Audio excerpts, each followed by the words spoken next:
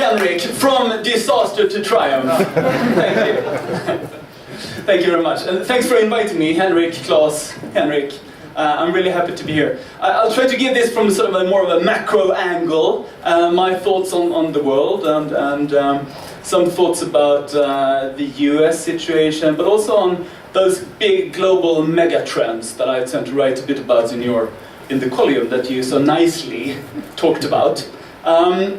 What I do when not being here is that I write columns for the Swedish Business Daily, Dagens Industri, and then I work for different investment firms in different investment committees, enabling me to go to Asia frequently, which is fantastic.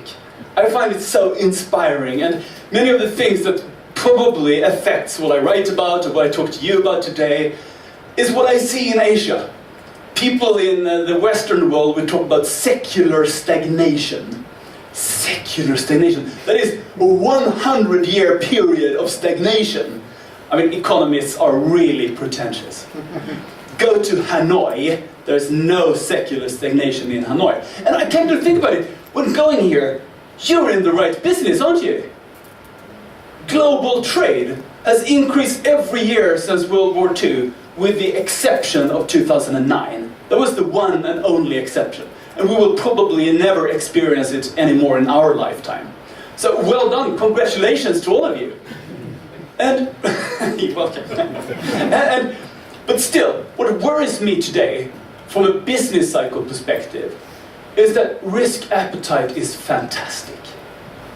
I mean, it's much easier, I think, to be optimistic when everyone else is gloomy and pessimistic.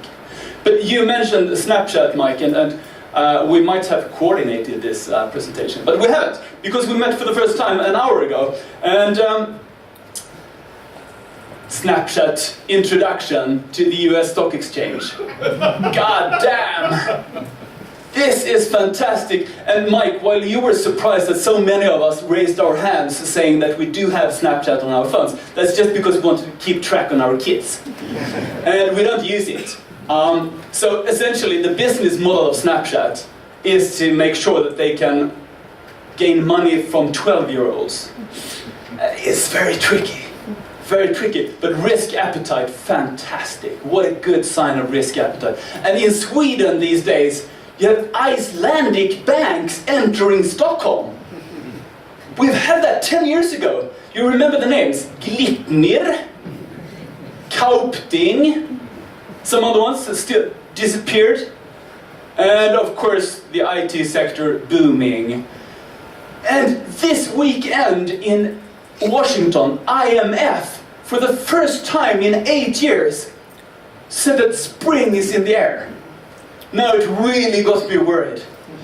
These are the guys that have so frequently talked about secular stagnation, and now, all of a sudden, spring is in the air. That makes me really worried. And who cares about this guy? We don't care about him anymore.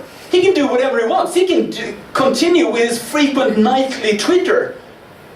This, I think, was the most fantastic and outrageous tweets last month, when he first accused Obama for rigging and tapping his phones in the Trump Tower, and called Obama a bad or sick guy.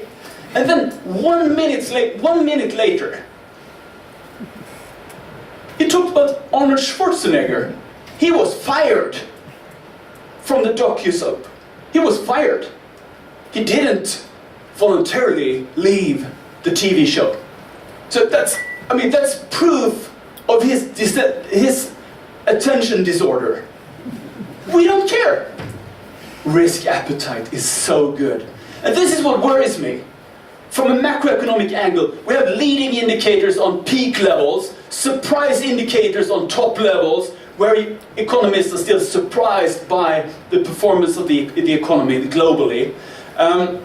We have, of course, US equity markets at all-time high, despite lower profit expectations.